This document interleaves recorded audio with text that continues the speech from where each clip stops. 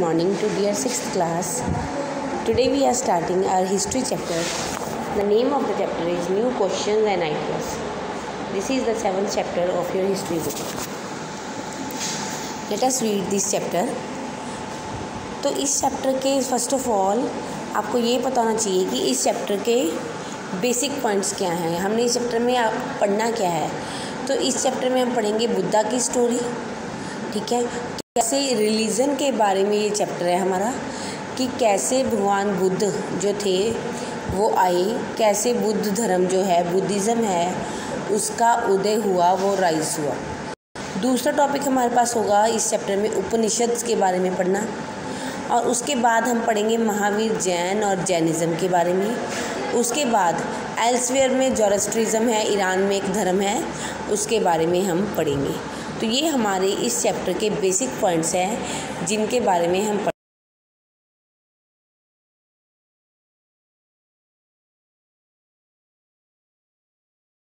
उपनिषद के बारे में पढ़ेंगे, कब लिखे गए, किसने लिखे, ये सब कुछ. और उसके बाद भगवान महावीर के बारे में, जैन धर्म के बारे में हम इस चैप्टर में रीड करेंगे. अब सबसे पहले हम शुरू करते हैं स्टोरी ऑफ बुद्धा से, कि भगवान बुद्ध की स्टोरी से हम शुरू करते हैं. बुद्धा का नाम था बचपन में सिद्धार्था. सिद्धार्था को वाज नोन एज गौतम कहा जाता था. उनका जन्म हुआ था 2500 साल पहले, 2500 ईयर्स अगो बिफोर उनका जन्म हुआ था शाक्य क्षत्रिय गणा में, जो कि लुम्बिनी में है. लुम्बिनी मतलब नेपाल में है. ठीक है, कि जो सिद्धार्था हैं जिनको गौतम कहा जाता है, उनका जन्म 2500 साल पहले शाक्य क्षत्रिय गणा के लुम्बिनी में हुआ, जो कि नेपाल में है. ये देखो आप, ये नेपाल है और नेपाल में ये है लुम्बिनी. यहाँ पे सिद्धार्था का, गौतम बुद्धा का जन्म हुआ लुम्बिनी में. उसके बाद इनके जो फादर थे वो कपिलावस्तु के राजा थे. तो ऑब्वियसली जब इनके फादर कपिलावस्तु के राजा थे, तो ये है कपिलावस्तु. देखो ये नेपाल ही है ना, नेपाल में ये है कपिलावस्तु. अगर इनके फादर कपिलावस्तु के राजा थे तो ऑब्वियसली ये एक राजकुमार थे, और इनका जीवन बहुत ज़्यादा ऐशो आराम से बीतना था. ये देखो नेपाल, इंडिया के मैप में नेपाल समझ आ रहा है आपको, और नेपाल में कहाँ पे कपिलावस्तु है वो आपको समझ आ रहा है. ठीक है, उसके बाद इनका जीवन बहुत ज़्यादा आराम से बीता. इनका जो बचपन था, इनके पिता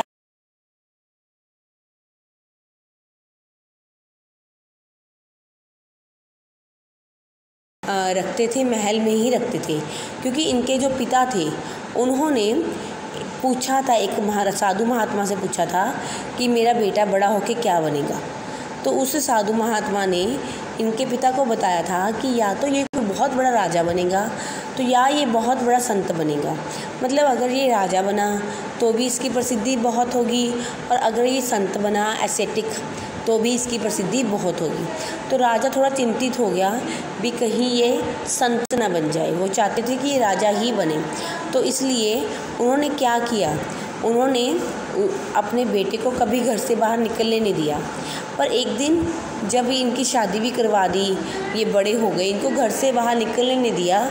इनको दुनिया की कोई भी दुख तकलीफ़ इनके पिता ने देखने नहीं दी. पर जब एक दिन ये बाहर निकले तो इन्होंने बाहर निकल के एक ओल्ड मैन दिखा. ठीक है, एक डिसीज्ड पर्सन, एक बीमार व्यक्ति देखा, एक डेड बॉडी देखी, और एक एसेटिक देखा. तो ये अपने अकेले घर से बाहर गए थे. इनके साथ इनका एक सारथी था. सारथी मतलब जो इनका रथ चलाता था. तो जब इन्होंने एक ओल्ड मैन को देखा तो इन्होंने अपने सारथी से पूछा भी ये कौन है. तो मैं आपको पिक्चर दिखाती हूँ. तो इनके सारथी ने कहा कि ये एक ओल्ड मैन है, ये एक बूढ़ा व्यक्ति है. तो सिद्धार्थ ने पूछा ये बूढ़ा क्यों है. तो उसने कहा, जवाब दिया सारथी ने कि हर कोई बूढ़ा होता है, मैं भी होऊंगा एक दिन और आप भी होंगे. ये सुनकर सिद्धार्थ को बड़ी हैरानी हुई. फिर जब वो आगे गए तो उनको एक अर्थी दिखाई दी. अर्थी मतलब एक डेड बॉडी को 4 लोग उठा के लेके जा रहे थे. तब सारथी ने पूछा सारथी से सिद्धार्थ ने पूछा कि ये कौन है, तो उसने बता दिया कि हर कोई व्यक्ति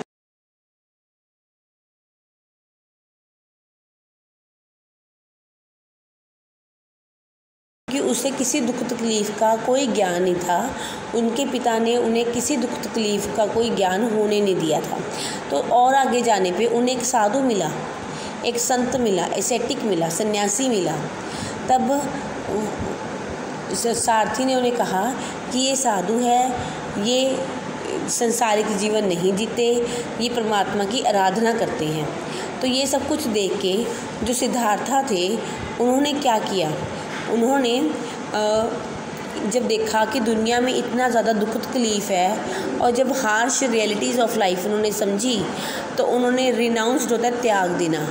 उन्होंने 29 ईयर्स की एज में अपने घर को त्याग दिया। रिनाउंस्ड मतलब त्याग दिया, ठीक है। जब उन्होंने दुनिया के दुख तकलीफ़ें देखी तो उन्होंने अपने घर को 29 ईयर्स की एज में छोड़ दिया। उसके बाद हम आगे देखते हैं बेटा।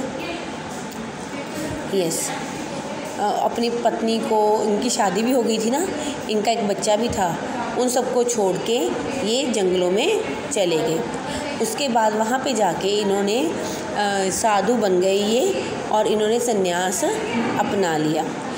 उसके बाद ही लेफ्ट हिज फैमिली, अपनी फैमिली को छोड़ दिया और एक वॉन्डरिंग एसेटिक होता है साधु, घूमते फिरने वाले साधु बन गए जो ज्ञान की और सच्चाई की तलाश में घूमते फिरते हैं। उसके बाद ये सेवरल ईयर्स घूमते रहे, यहाँ वहाँ घूमते रहे। इन्होंने मीटिंग्स की, डिस्कशंस की, बहुत से और थिंकर्स से मिले, ये देखो। और जहाँ कहीं इन्हें कोई साधु संत मिलता था उससे मिलते थे, उससे डिस्कशन करते थे और उससे पूछते थे भी जीवन क्या।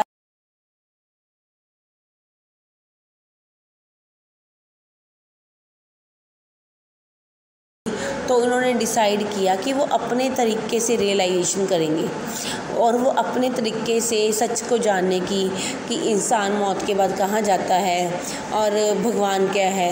तो ये सब कुछ जानने के लिए उन्होंने मेडिटेशन की। मेडिटेशन का मतलब होता है ध्यान लगाया। 49 डेज़ तक उन्होंने एक पीपल के वृक्ष के नीचे, जो कि बोधगया में है, बिहार में है, वहाँ पे इन्होंने ध्यान लगाया और इन्हें एनलाइटमेंट मिली एज ऑफ 35 साल की उम्र में इन्हें ज्ञान की प्राप्ति हो गई। ये देखो, ये साधु संतों से मिल रहे हैं और उसके बाद इन्होंने पीपल के ट्री के नीचे ध्यान लगाया 49 डेज़ तक। उसके बाद वो जगह कौन सी है, बोधगया है वो जगह। तो ये है वो पीपल का ट्री बेटा, आज के टाइम की पिक्चर है ये। उस टाइम तो वहाँ पे जंगल थे, जिस पीपल ट्री के नीचे इन्होंने ध्यान लगाया था महात्मा बुद्ध ने। उसके बाद यहाँ पे उनको एनलाइटमेंट की प्राप्ति हुई, ज्ञान की प्राप्ति इनको हुई एनलाइटमेंट की। नेक्स्ट क्या है बेटा, जस्ट वेट। उसके बाद after that he was known as Buddha. जब इनको ज्ञान की प्राप्ति हो गई फिर इनको बुद्धा कहा गया। बुद्धा मतलब वाइस मैन, वो इंसान जिनको ज्ञान की प्राप्ति हुई है। और उसके बाद वो सारनाथ गए जो कि वाराणसी के पास है। वहाँ पे जाके इन्होंने he taught for the first time, इन्होंने पहली बार अपने शिष्यों को ज्ञान की बातें समझाई सारनाथ में जाके। मैं आपको दिखाती हूँ, दिस इज सारनाथ। सारनाथ चले गए जो वाराणसी के पास है।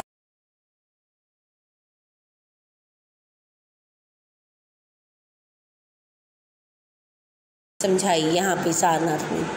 उसके बाद ये दैट इज़ सारनाथ, उत्तर प्रदेश में है सारनाथ, ठीक है। उसके बाद जस्ट वेट, ही स्पेंड, उसके बाद इन्होंने अपनी सारी लाइफ इस तरह से ट्रैवल करते हुए बिता दी।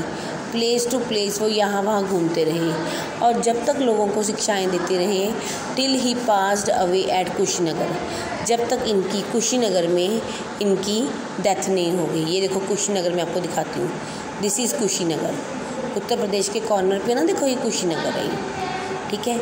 नेक्स्ट है बुद्धा ने क्या समझाया हमें। बुद्धा ने लोगों को ये शिक्षाएं दी कि ये जो लाइफ है ये फुल ऑफ सफरिंग्स है, अनहैप्पीनेस, और कोई भी इंसान यहाँ पे खुश नहीं है, और यहाँ पे इस जीवन में दुख तकलीफ़ें होती हैं, और उन दुख तकलीफ़ों का कारण है डिज़ायर्स। डिज़ायर मतलब मन की इच्छा, जो कभी भी फुलफ़िल नहीं होती। किसी भी इंसान की मन की इच्छाएं पूरी नहीं होती, जिस वजह से उसे सफरिंग्स होती हैं, उसे अनहैप्पीनेस होती है। Sometime even if when we get what we want, even then we are not happy. कई बार जब हमारी इच्छाएं होती हैं वो पूरी होती हैं, हम फिर भी नहीं खुश होते, एज़ वी वांट मोर, क्योंकि इंसान को और ज़्यादा चाहिए होता है। सपोज़ करो किसी के पास 1 करोड़ रुपए है, तो वो रो रहा है कि मेरे पास 2 करोड़ हो। जिसके पास 2 करोड़ है वो रो रहा है मेरे पास 3 करोड़ हो, या सम अदर थिंग, या किसी और चीज़ के लिए लोग जो होते हैं वो सेटिस्फाइड अपनी लाइफ में नहीं होती, इसीलिए उनको अनहैप्पीनेस होती है, इसीलिए उनको सफरिंग्स होती।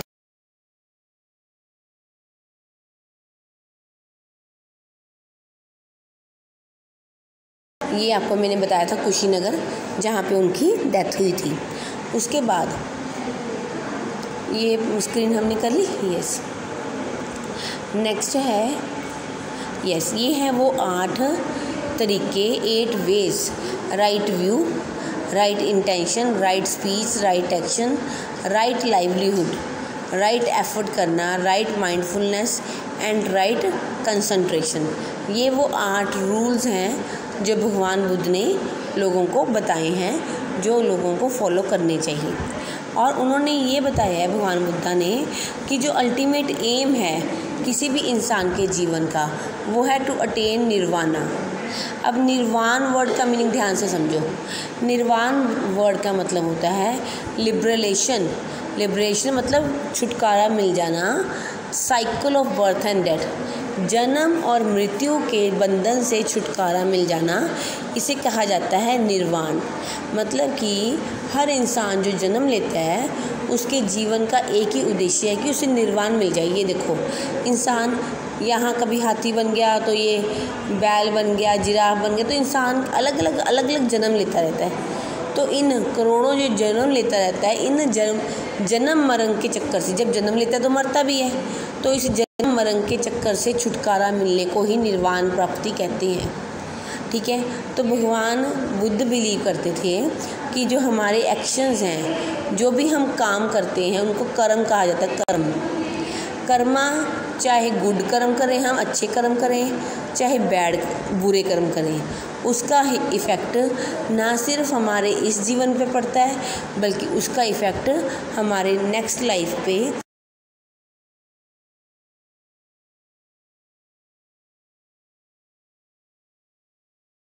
में दी, प्राकृत भाषा में दी, क्योंकि उस टाइम जो आम लोग थे वो प्राकृत भाषा में ही बोलते थे, और हर किसी को भगवान बुद्ध के जो मैसेजेस हैं वो समझ आ जाते थे।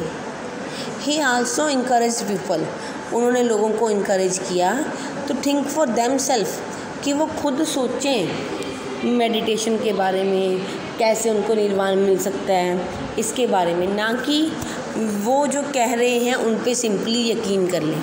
यानी कि भगवान बुद्ध लोगों को समझाते थे कि आप सिंपली वो एक्सेप्ट मत करो जो किसी दूसरे के द्वारा कहा जाता है, खुद सोचो और समझो और निर्वाण प्राप्त करने की कोशिश करो। तो और जन्म मरण के चक्कर से खुद को छुड़वा लो। ये भगवान बुद्ध की टीचिंग्स थी। ठीक है बच्चे, तो ये बुद्धा का टॉपिक हमारा कंप्लीट है। नेक्स्ट टॉपिक हम करेंगे उपनिषद का। Thank you, have a nice day.